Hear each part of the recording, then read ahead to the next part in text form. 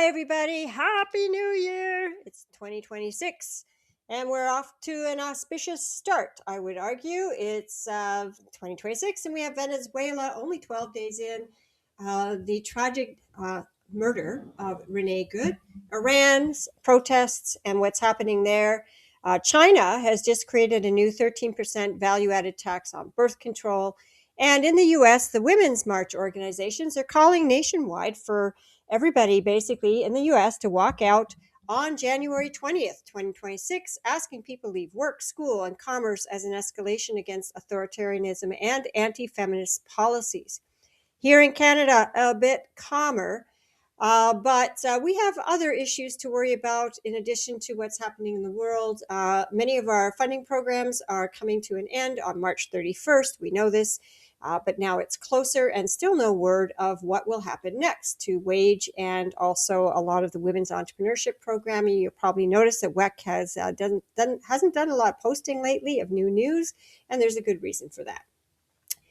I also want to mention IWD Day because I know it's about 2 months away, but always important to get ready. And this year, the Toronto Women's Day, or the Toronto International Women's Day organization's theme is Women Power Work and also solidarity across generations. A great theme.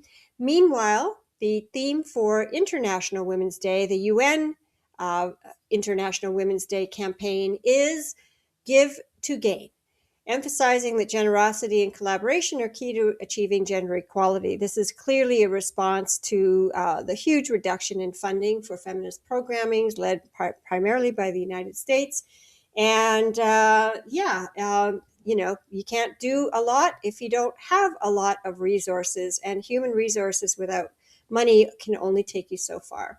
So those are the two campaigns coming up. You might want to think about how you're going to align with that in your business, or what you're going to, how you're going to support it.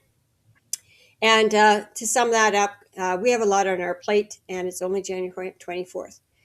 But look, problems can be viewed as a sign of life, right? And even bad change reminds us that change is possible.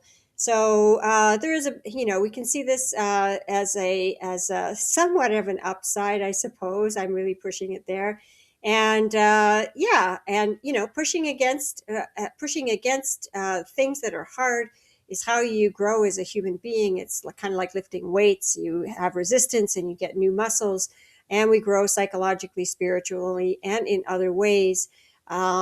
Rather than thinking about only the things that have gone wrong. So we are in for a huge year of growth, right? Okay, so on to Thursday, the first WIOT of 2026. Welcome to Erin Fogel, our wonderful feminist astrologist who joins us again after a 2-year absence to tell us what legal people and bankers and economic analysts can't tell us, and that is basically that our systems, legal, economic, and so on, are really part of a larger system, a wider cultural and cosmic condition, and a set of cycles that are bigger than all of us that influence fate and possibilities in these times. And Erin will tell us what is coming up for 2026. What do the stars, moons, and planets say? And so please join us to add that into our bucket of intel to figure out how to work better and how to make progress in 2026. Join us, first timers and long timers, January 15th for the first WIOT of 2026. I'll see you there.